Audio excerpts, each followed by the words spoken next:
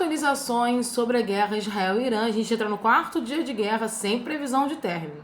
E essa noite é uma das noites mais violentas, acho que da história de Israel. Essa que é a verdade. Depois de um dia de muitos bombardeios de Israel contra Irã, bombardeios que levaram muitas vítimas civis, a resposta iraniana foi muito forte. Já se previa que teria uma resposta forte, mas o que a gente viu foi um poder de fogo muito grande do Irã. Foi uma noite de fortes bombardeios. O Domo de Ferro, que é um sistema de defesa que é feito para pegar vários mísseis balísticos, ele não é feito para pegar mísseis hipersônicos.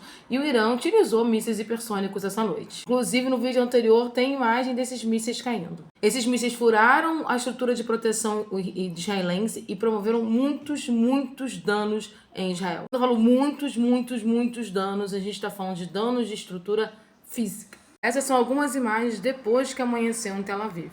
Alguns mísseis atingiram diretamente prédios. E os mísseis hipersônicos do Irã, que são fabricação do Irã, são mísseis teleguiados que quebram a barreira do som. Eles são muito rápidos. E aí, como eles são teleguiados, eles vão direto no alvo. Eles dão uma paradinha, pá. Outras imagens. Aqui. Esse bairro inteiro foi destruído, tá? Essas imagens já são da noite. Essa aqui é a refinaria de Rafah, que também foi bombardeada. Essas imagens, assim, são muito chocantes. O que a gente viu essa noite foi um poder de fogo do Irã que Israel não tinha contabilizado. Israel acreditou muito que no ano passado, quando atacou o Irã, tinha destruído toda a estrutura de defesa iraniana. E eu não sei por que a inteligência de Israel confirmou isso, ou a inteligência de Israel pode ter negado isso. A situação no Irã continua também muito tensa e agora tem um novo capítulo, porque o governo iraniano está começando a prender os espiões da Mossad lá no Irã. Inclusive, já teve alguns com sentença de morte, dada pelo governo porque eles estão em guerra. Um prédio inteiro, inclusive em Teherã, foi descoberto cheio de drones e também com espiões da Mossad, como também em outras regiões próximas, inclusive à infraestrutura energética. E aí a gente tem tido muitos ataques de Israel contra o Irã nas áreas energéticas, o que tem preocupado muito Rússia e China principalmente a China, porque a China é a maior compradora de petróleo do Irã. Se não me engano, 80-90% de todo o petróleo produzido no Irã vai para a China.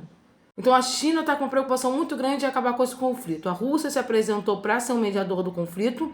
A França disse que a Rússia não tinha condições de mediar, mas a França também não tem condições de mediar, porque a França, imediatamente após o ataque de Israel contra o Irã, disse que Israel tinha o direito de autodefesa, quando na verdade o direito de autodefesa não cabe ali, porque Israel não estava sendo bombardeada nem atacada. Então ela não pode ser mediadora. Além disso, o Erdogan, na Turquia, também está se apresentando como mediador. Lembrando que a Turquia tem sido um grande ponto de mediação. As últimas reuniões entre Ucrânia e Rússia foram na Turquia. Mas o que aconteceu essa noite lá em Israel muda muito o polo da guerra. Assim, mostra que o Irã tem condições de retalhar, tem condições de guerrear. E a gente já sabe que há algumas movimentações, tanto do Reino Unido como dos Estados Unidos, para mobilizar infraestrutura bélica para Israel. Ao mesmo tempo, o Reino Unido já comunica que eles estão tendo ataques cibernéticos nos navios que estão passando pelo Estreito de Hormuz. O Estreito de Hormuz, como já falei no outro vídeo, é muito importante para a passagem de petróleo daquela região para o mundo. Cerca de 20-30% de todo o petróleo produzido no mundo passa por ali e quem administra é o Irã.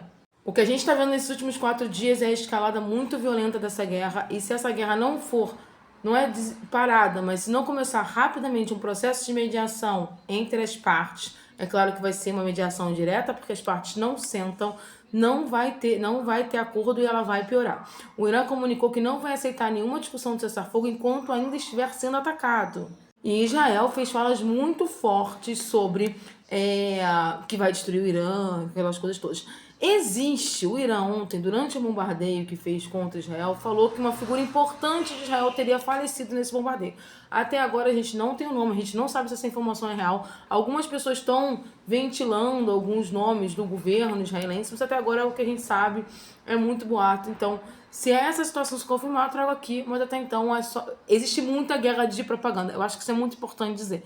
É um momento onde a gente tem muita guerra de propaganda. Ambos os lados dizem que estão muito bem, ambos os lados dizem que estão ganhando, então a gente tem que ficar muito atento às imagens. Talvez a gente comece a ter uma escassez de imagens de Israel, porque o governo israelense está ameaçando de prender quem filmar e colocar nas redes sociais os estragos que o Irã está fazendo em Israel. Mas o fato é, o dano psicológico ao povo israelense, ele já existe. A população está em alerta total, a população está em pânico. A gente tem que lembrar que é uma população que simplesmente tem uma vida absolutamente normal enquanto rola o genocídio em Gaza e tem uma vida absolutamente normal enquanto rolava a guerra no Líbano. Eles realmente, enquanto os outros países estavam sendo destruídos no entorno, estavam sendo atacados, as outras regiões, eles tinham uma vida totalmente normal, assim, nada mudou, não tinha nem toque de recolher, gente. Agora sim, eles estão efetivamente vivendo numa guerra.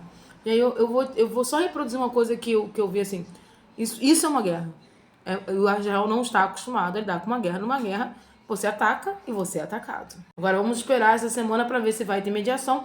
Hoje, inclusive, né, tem G7, o presidente Lula foi para o G7 como convidado, e o G7 não tem condição de mediar esse conflito, porque o G7 é um apoiador histórico de Israel. Por incrível que pareça, provavelmente, quem vai ter que negociar, quem vai ter que mediar é o Sul Global e o Norte Global vai ter que aceitar essa mediação, porque senão a gente vai ter um colapso energético se essa guerra continuar se aprofundando.